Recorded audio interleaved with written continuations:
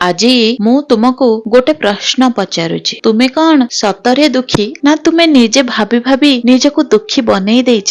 ଜୀବନରେ ତୁମର ଯାହା ସବୁ ଘଟୁଛି ସେଇଟା କଣ ତୁମ ବିପକ୍ଷରେ ହେଉଛି ନା ତୁମ ପାଇଁ ହେଉଛି? ଯେତେବେଳେ ମଣିଷ ପାଖରେ ସବୁ କିଛି ଥାଏ ସେତେବେଳେ ସେ ଭଗବାନଙ୍କୁ ଭୁଲିଯାଏ, କିନ୍ତୁ ଯେତେବେଳେ ସେ ସବୁ କିଛି ହରାଇ ଦିଏ ସେତେବେଳେ ତାକୁ ଭଗବାନ ମନେ ପଡନ୍ତି। କିନ୍ତୁ ସତ କଣ ଜାଣିଛ? ଭଗବାନ କେବେ ମଧ୍ୟ ତୁମଠୁ ଦୂରରେ ହିଁ ନଥିଲେ। ଭଗବାନ ଶ୍ରୀକୃଷ୍ଣ କହିଥିଲେ, ଯାହା ବି ହେଉଛି ସେଟା ଭଲ ପାଇଁ ହେଉଛି, ଯାହା ହେଇଯାଇଛି ସେଟା ମଧ୍ୟ ଭଲ ହେଇଛି, ଆଉ ଯାହା ବି ହେବ ସେଟା ମଧ୍ୟ ଭଲ ହିଁ ହେବ। କିନ୍ତୁ ଆମେମାନେ କଣ କରୁଛେ? ଆମେ ପ୍ରତ୍ୟେକ ଜିନିଷକୁ ନିଜ ଇଚ୍ଛା ଅନୁସାରେ କରିବାକୁ ଚାହୁଁଛେ।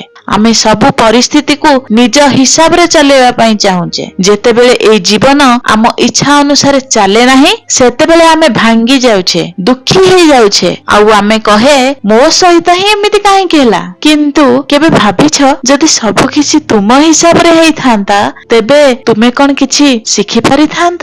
ଏ ଜୀବନ ତୁମକୁ ପ୍ରତିଦିନ କିଛି ନା କିଛି ଶିଖାଉଛି। ପ୍ରତ୍ୟେକ ଦୁଃଖ ପଛରେ ଗୋଟେ ଶିକ୍ଷା ଲୁଚିଛି। ବୋଧହୁଏ ଯିଏ ତୁମକୁ ଛାଡିକି ଯାଇଛି ବୋଧହୁଏ ସେ ତୁମର ଲାୟକ ନଥିଲା। ଯିଏ ତୁମକୁ ମିଳିଲା ନାହିଁ ବୋଧହୁଏ ସେ ତୁମ ପାଇଁ ତିଆରି ହୋଇନଥିଲା। ଭଗବାନ ଶ୍ରୀକୃଷ୍ଣ କୁହନ୍ତି, କର୍ମଣି ଏବ ଅଧିକାରଃତେ ମା ଫଲେଷୁ କଦାଚନ ମା କର୍ମ ଫଳ ହେତୁଃ ଭୂଃ ମାତେ ସଙ୍ଗଃ ଅସ୍ତୁ ଅକର୍ମଣି।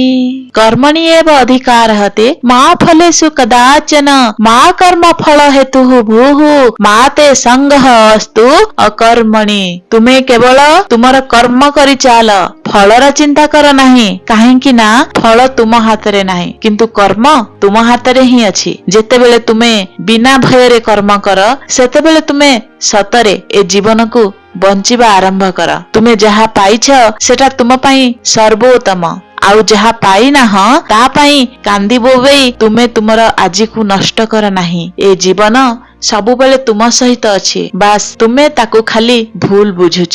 ସବୁ କିଛିକୁ ନିୟନ୍ତ୍ରଣ କରିବା ଛାଡି ଦିଅ, ପ୍ରତ୍ୟେକ ଜିନିଷକୁ ଧରି ରଖିବା ବି ଛାଡି ଦିଅ। ଟିକିଏ ବିଶ୍ୱାସ ରଖ ନିଜ ଉପରେ, ନିଜ ପରିଶ୍ରମ ଉପରେ, ଆଉ ଭଗବାନଙ୍କ ଉପରେ। ମନେ ରଖ, ଯାହା ତୁମ ପାଇଁ ଲେଖା ଯାଇଛି ସେଟା କେବେ ବି ତୁମଠାରୁ ଦୂରେଇ ଯିବ ନାହିଁ, ଆଉ ଯାହା ତୁମର ନୁହେଁ ତୁମେ ଯେତେ ବି ଚେଷ୍ଟା କର ସେଇଟା କେବେ ବି ତୁମର ହେବ ନାହିଁ। ସେଥିପାଇଁ ଶାନ୍ତ ରୁହ, କର୍ମ କର, ଆଉ ଭଗବାନ ଶ୍ରୀକୃଷ୍ଣଙ୍କ ଉପରେ ବିଶ୍ୱାସ ରଖ। ଜୀବନ ନିଜେ ତୁମକୁ ସଠିକ ପଥ ଦେଖାଇଦେ। ଯଦି ଭିଡିଓଟି ଆପଣଙ୍କୁ ଭଲ ଲାଗିଛି ତ କମେଣ୍ଟରେ ଜୟ ଜଗନ୍ନାଥ ନିଶ୍ଚିତ ରୂପରେ ଲେଖିବେ। ହରେ କୃଷ୍ଣ।